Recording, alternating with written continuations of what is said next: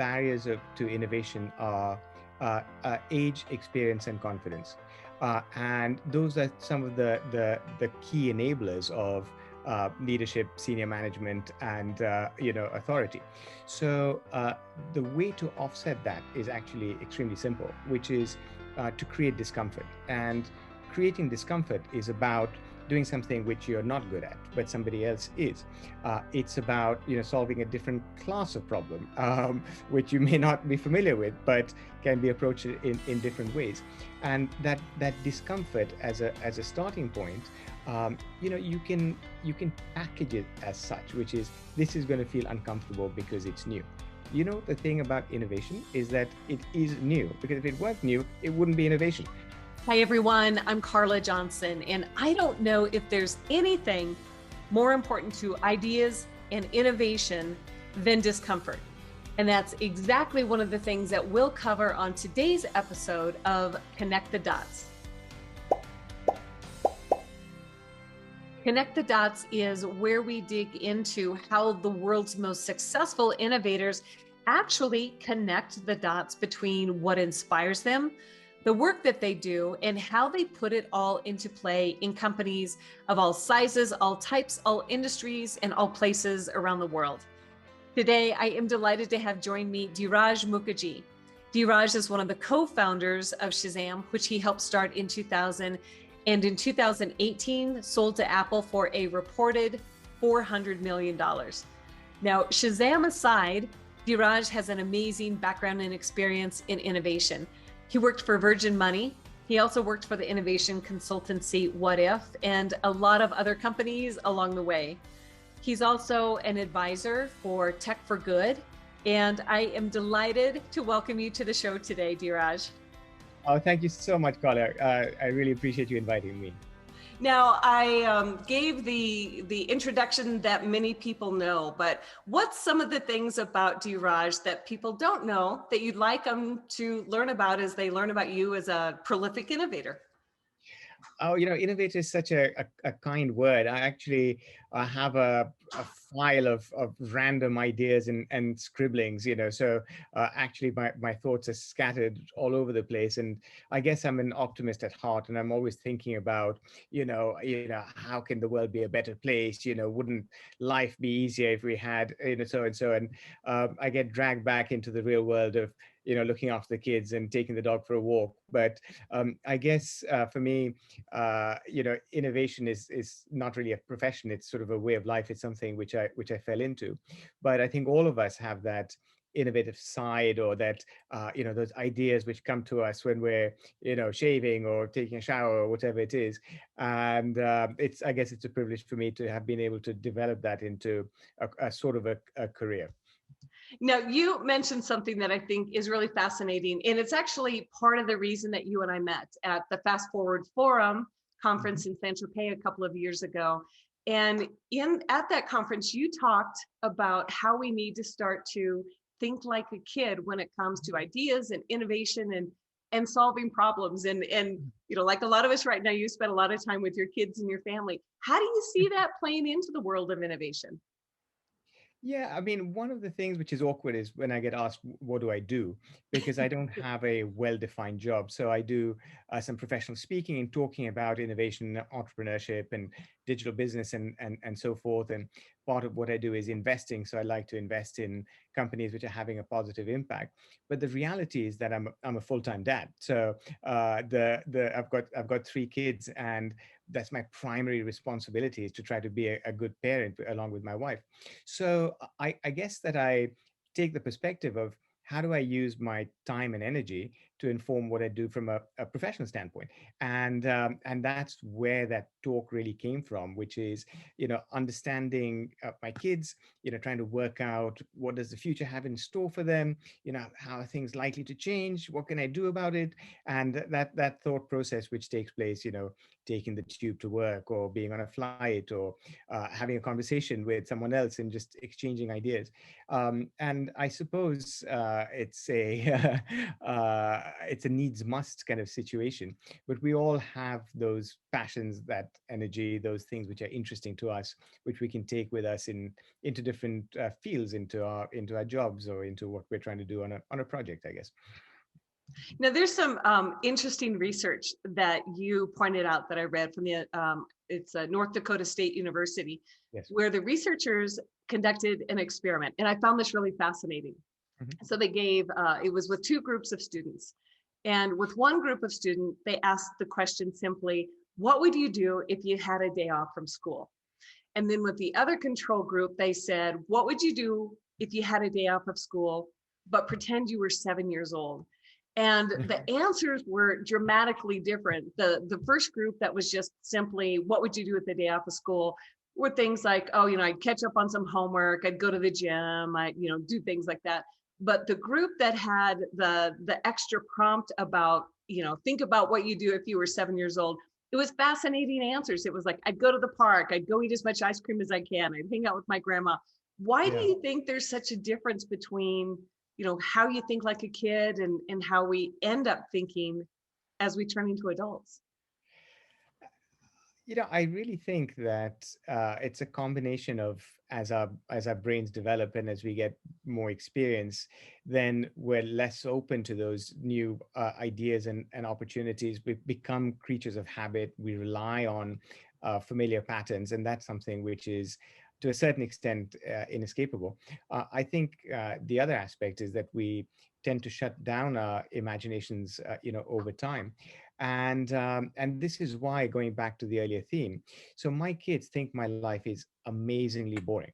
So I sit in my study, doing taxes, shuffling paperwork, sending emails, doing phone. I mean, it's just nauseatingly dull. And my son, who's 11 years old, Max, he was trying to explain to me, he's like, "You need to have a more exciting life."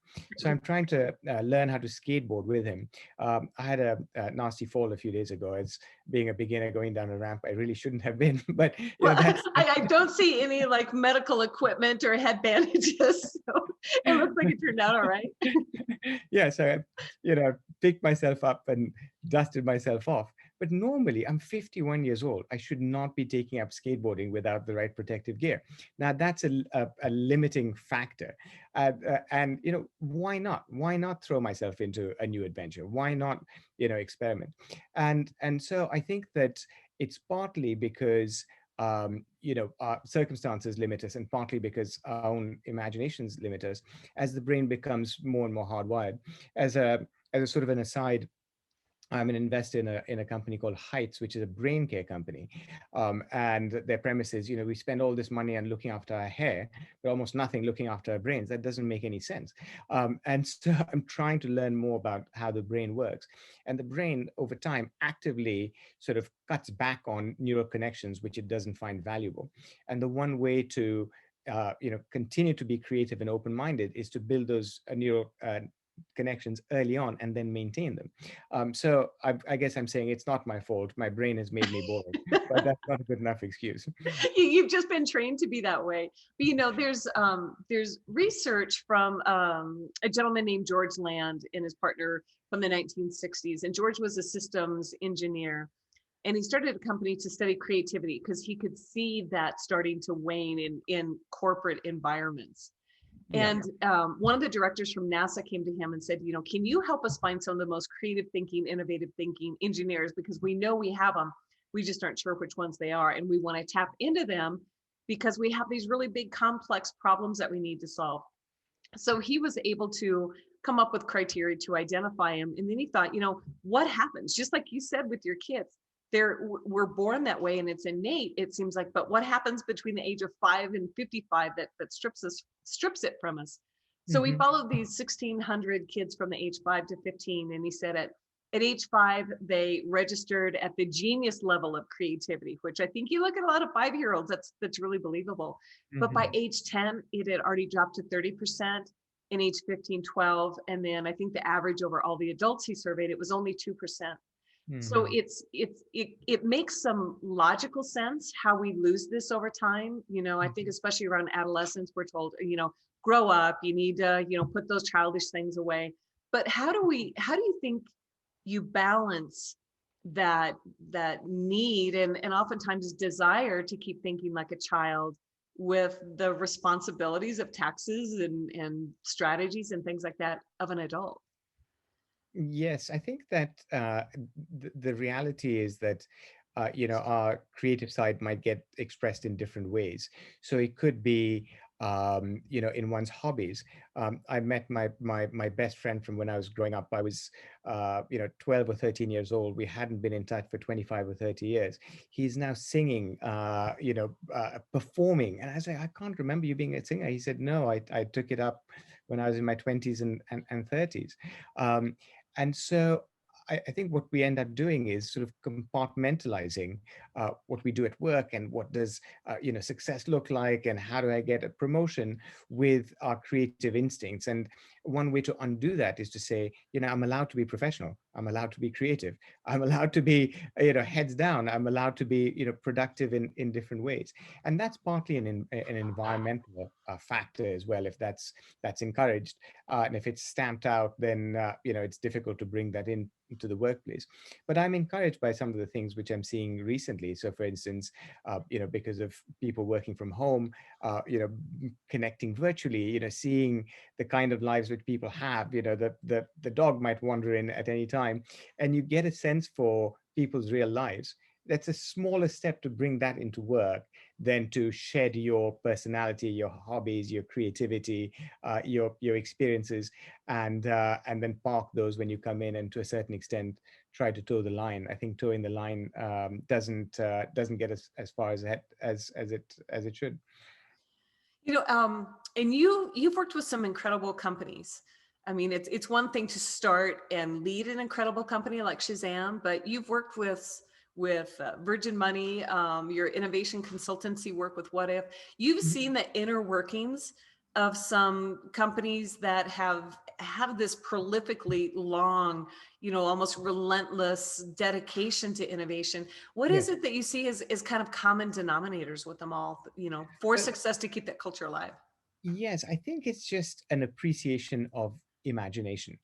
And to give you an example, so my grandfather was the admiral of the Indian Navy, and I'm a big admirer of his. And he had a military mind. So it was precision. It was sort of like determination. It was punctuality, and that's how the military kind of like operates.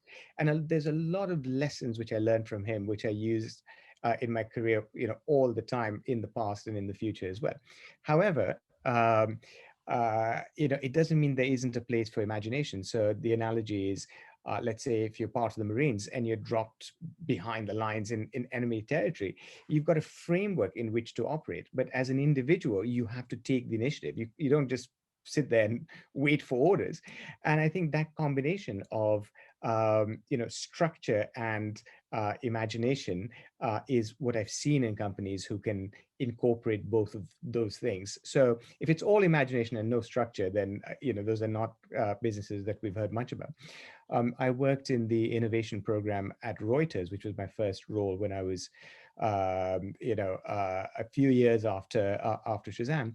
And the CEO at the time, Tom Gloser, was somebody who had a terrific imagination. He had an organization which was mandated to go out and explore ideas and possibilities which were not necessarily on the radar screen. My boss's boss, Amanda West, who have stayed in touch with for 15 years, was a great example of an innovation professional bringing in ideas from the outside, setting up teams to pursue individual projects, and then look at measuring success and making sure that they were empowered and enabled. So one can do it in a formal way, but I think it goes back to, do you believe in both structure and imagination together, not one at the expense of the other? And that's a really good point, because I think that many people assume it's one or the other. You're either very rigid and structured and kind of more of the McKinsey type innovation with a lot of flowcharts and spreadsheets, and very specific do's and do nots, or it's total chaos and there's pool tables and ping pong balls and, all sorts of things going on Mhm. to encourage that innovative or creative type thinking. But when you Yeah. look at some of the leaders and the environment that they create. Many times it can be a, go forth and innovate kind of directive, but without any of that framework or guidance, and or there's expectations perhaps about the results, but no guidance about the process. Mhm. Did you come across companies like that? And if so, like, how do you give them guidance, and what guidance do you give them to create a culture that really is more open and structured for innovation? Yes, that's I guess the question to ask is to get an assessment of the balance between relying on known methods and approaches versus openness to new ways of doing things. And one of the things which I found fatal is when an organization is committed to doing things the way they've been done in the past. So they might pay lip service to new ideas. So they might say, yes, we need some innovation, but they will never set themselves up for success. So I think the starting point has to be, is there a willingness to try new ways of doing things? Is there an openness to new ideas? Is there a tolerance of risk, or seeming silly, or having setbacks? And if the answer is no, then it's almost not worthwhile starting. So the best starting point is to say, let's take a step back here. Do we think we can keep going with this business for the next 250 years exactly the way we've done? If the answer is yes, then go for it. If the answer is no, then we need to do something different. And whatever that is, to understand that different perspectives and approaches might work is worthwhile. When that context is set, then you can start saying, let's bring in some outside experts. Let's visit China and see how they do things there. Let us turn the world upside down and pretend we're 9-year-olds. What do we do? But if you ask a team to say to use a valid approach, but in an environment which won't support it, they lose their jobs fairly quickly. So. That's right. And I have a friend, his name is Michael Brenner, and he wrote a wonderful book called Mean People Suck. And it's about empathy in an organization, and particularly as it centers around your customers. But one of the stories that he tells in his book is about how he worked with a client who said they wanted to be more innovative so they could serve their customers, but he could see from the outside that they weren't at all. So he did a one question test across this department. And it was a single question that said, how likely is my boss to support the ideas that I have? Mhm. And it was an interesting revelation for this group that said, oh yeah, we support innovation, we believe in it. But when it came right down to brass tacks, that isn't what they did at all. Mhm. And I think that's important. Like, what do you see with companies who give it lip service versus companies that actually welcome those ideas and have an openness to going to China and seeing how things are done there, and looking at business from different perspectives? Yes, I think so. So a really simple kind of starting point is environment or context. So when I worked at What If, which was a fantastic innovation consultancy, we would invite clients to come over to our offices and basically park their work persona. So we'd say, dress casual, come in here. You're going to have bean bags. You're going to have a more creative environment, and everyone can come up with new ideas, guaranteed by the end of the day. And that was a very empowering experience to say, yes, I can, riff off different kinds of people, and, use these tools to come up with ideas. And then that feeling of empowerment one can take back to the office. The flip side to that was I had a corporate role in innovation with a more traditional company, and I was, a digital director mandated with coming up with new ideas.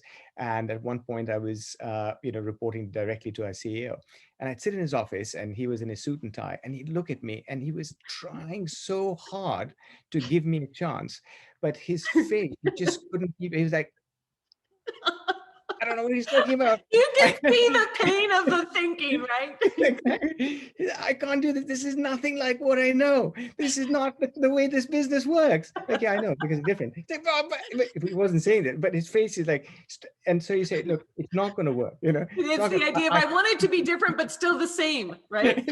Exactly. So I should have said, look, let's go down to the pub, have a beer. Okay.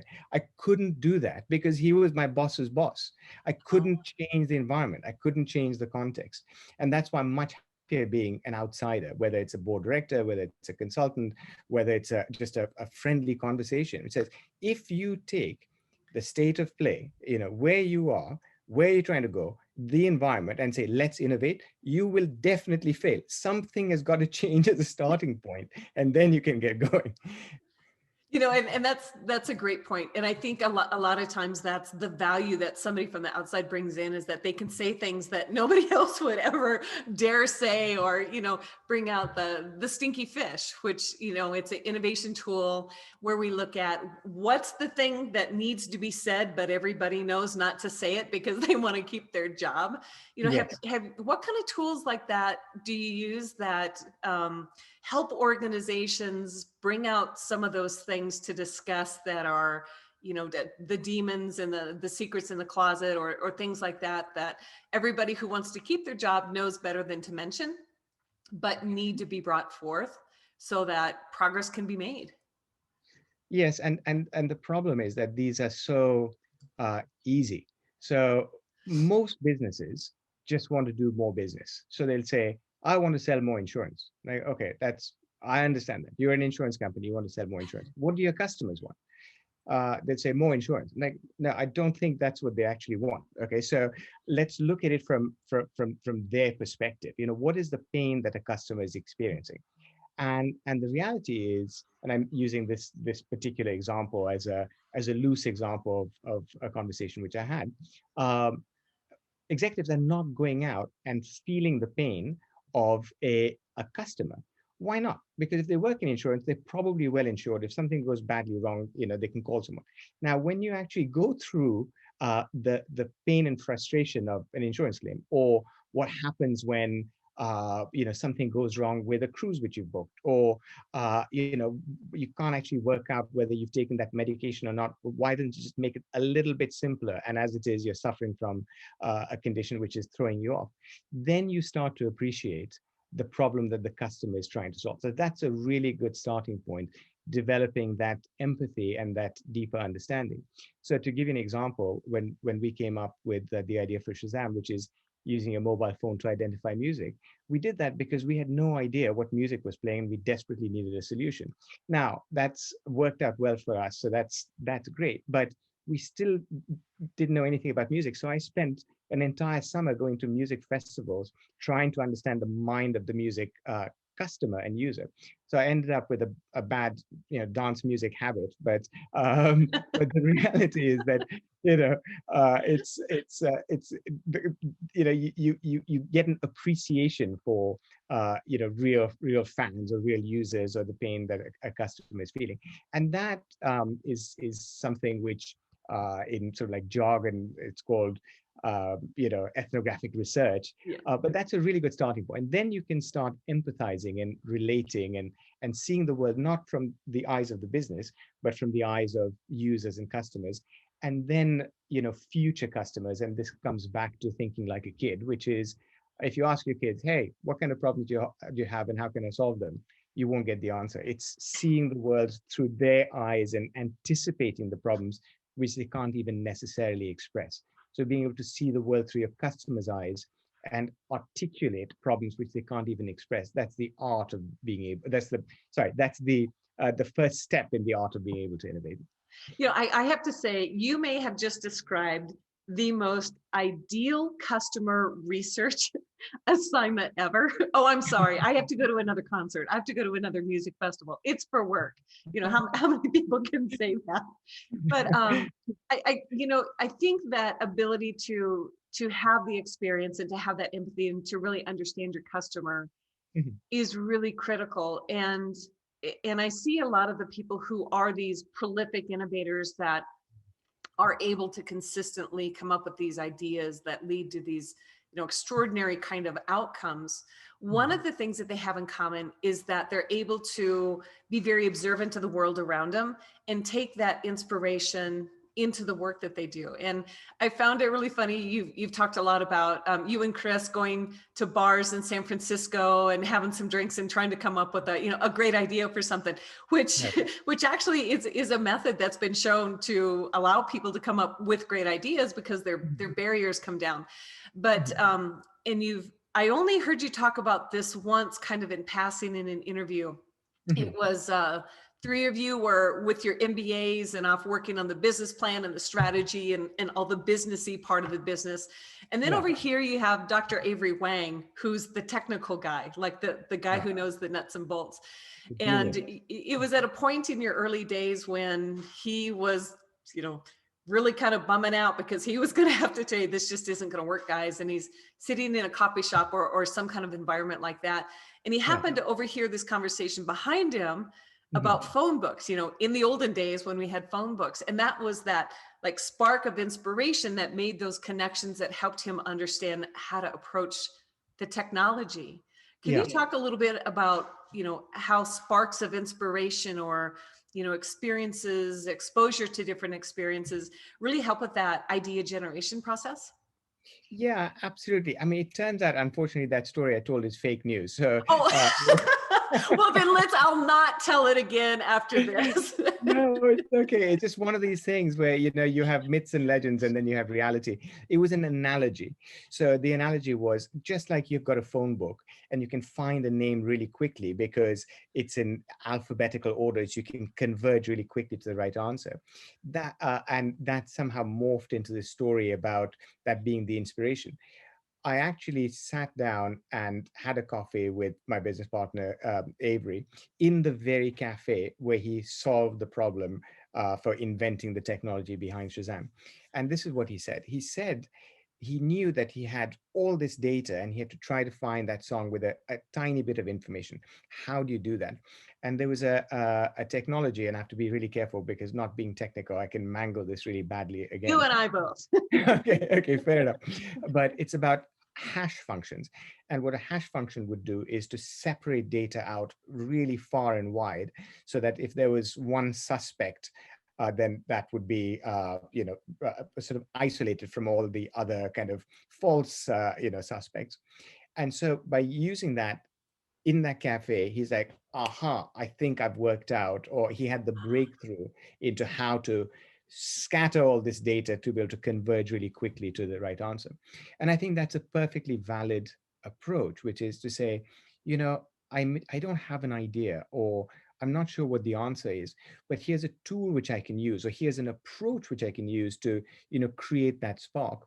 And the other story, which is, from the Shazam days, is Chris, who unfortunately still knows very little about music, he would worry about like, what is that song I heard on the radio? And he thought, if I could connect with all the radio stations in the country and find out that's the song which I heard, at 3:20 in the afternoon on Wednesday, then what was it?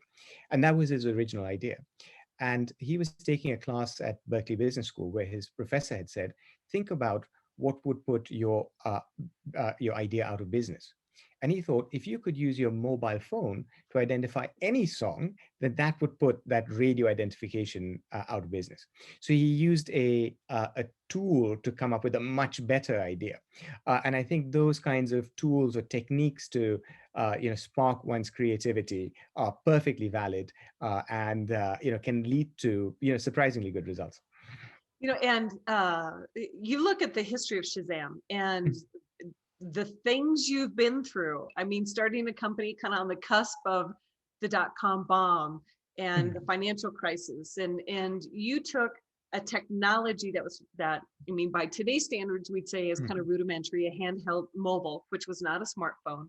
You Right. wanted to identify music in environments that you couldn't control the background music Mhm. in what, like about 15 seconds over a network that was unreliable, Mhm. to connect it to a library of music that didn't exist, and all of these Right. factors. And I think at one point you said it was kind of like a 4% chance of being something that's doable. So that was enough. You Right. quit your job and you went to work for Shazam.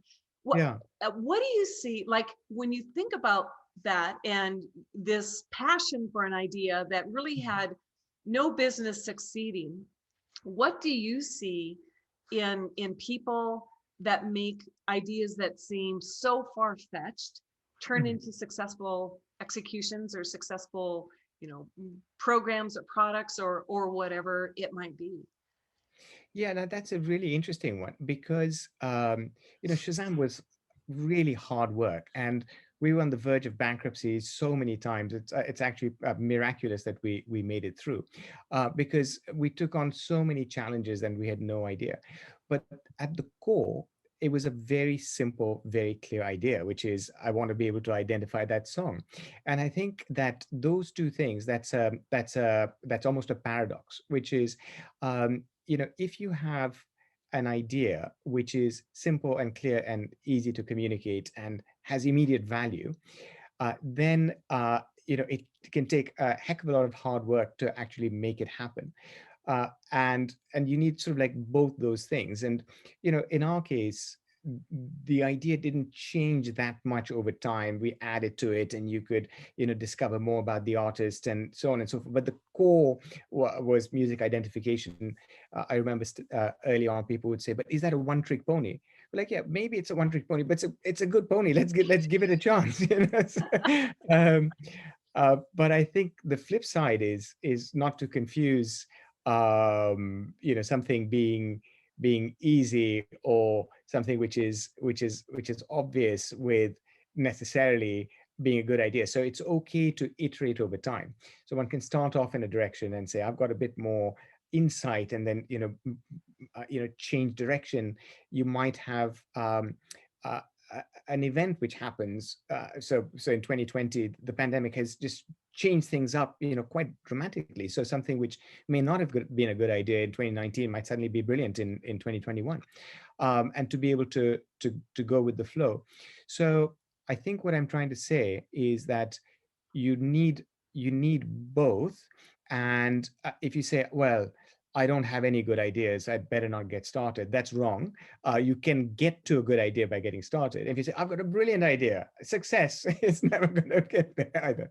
um, And I think one thing that I hear a lot from, I think people with a traditional innovation role or R&D role, is that coming up with an idea is the easy part. Like, oh, people have a million ideas. The hard part is execution. yes. And I tend to disagree with that to a certain amount, because I think part of the reason something can be really hard to execute is because it wasn't a good idea to start with. And some of that definition of a good idea is just being very specific and having clarity about what it is you're trying to accomplish and deliver, and of value to your customer in the end. And do you think that's part of not only what you experienced with Shazam, but what you've seen in working with other companies, or excuse me, as you invest in companies yourselves? Do you think that kind of clarity of purpose plays a role in the success of an idea? Yeah, I think that so startups tend to have lots and lots of ideas, and more ideas than they know what to do with. And it's not about not having enough ideas. You can actually go bankrupt because you drown in ideas. And so it's really important to kind of keep that focus and execute and get enough money to keep the lights on. I think big companies, it can be the other way around, which is, all right, we've got an idea, we've got an execution plan, we've got a 10-year spreadsheet, it's go, go, go.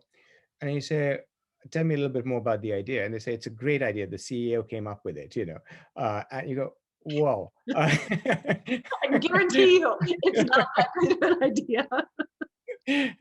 And so that's the other kind of trap. Everyone convinces themselves this is a great idea because the machinery is behind it. It's only a great idea if customers care and they're willing to pay for it, or adopt it in a way which makes sense to them.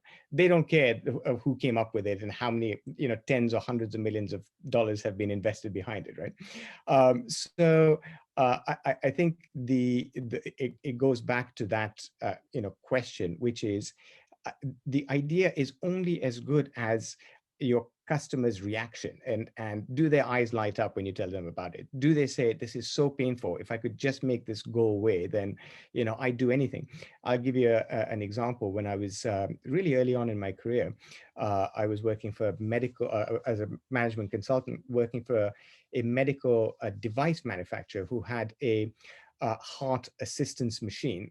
And we went out and spoke to doctors and asked them, do you need a ventricular assistance device? What kind of patients would you use a ventricular assistance device for? And they'd politely, talk to us for half an hour. We gave them a box of golf balls, which is how we got the interviews. And then they'd say, bye, see you later. And in one of these interviews, I remember we had the usual kind of answers. Yeah, that sounds interesting. Yes, I'm sure I'd use it. How much would it cost? $100,000. And then as we were walking out, the doctor said, do you have one of these machines? We said, no, no, we're just doing the research. He said, because I've got a patient who's a famous Indian film director, and I know the name as well. He said, if I had one of these machines now, I could save his life. And we're like, that's what we're looking for. That's when you say, yeah, so I would save this famous person's life right now. So whether it's $100,000 or $200,000, at that point it doesn't matter. And it literally clicked as we were walking out of that interview.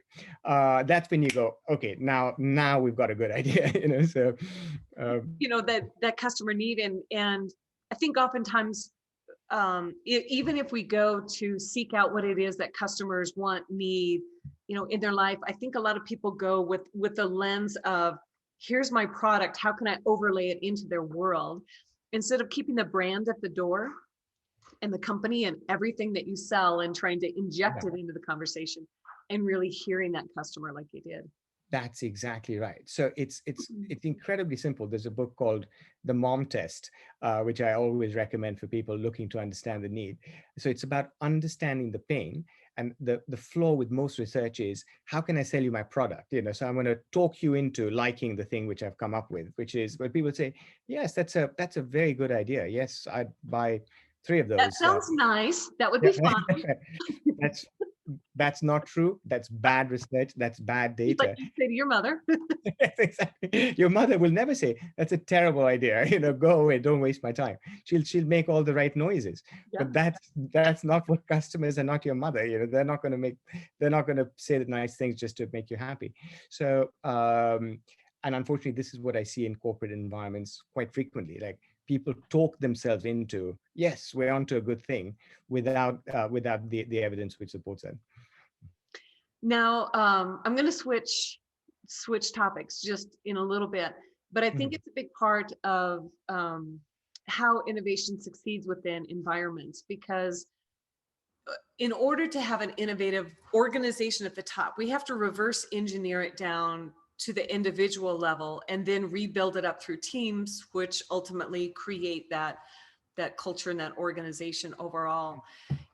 The 4 of you as partners at Shazam were very different, had different skills and expertise, but here all these years later, you're still friends. And so, and that combined with what you've seen of dynamics of teams and individuals and differences and similarities, how do you see that the dynamics of people and how they come together to collaborate and align and tap into each other's strengths to help great ideas actually see the light of day outside a company? Sure. So I think some of the biggest barriers to innovation are age, experience, and confidence, and those are some of the key enablers of leadership, senior management, and authority. So the way to offset that is actually extremely simple, which is to create discomfort. And creating discomfort is about doing something which you're not good at, but somebody else is. It's about solving a different class of problem, which you may not be familiar with, but can be approached in different ways. And that discomfort as a starting point, you can package it as such, which is, this is going to feel uncomfortable because it's new. The thing about innovation is that it is new, because if it weren't new, it wouldn't be innovation. So we're all in the same boat, right?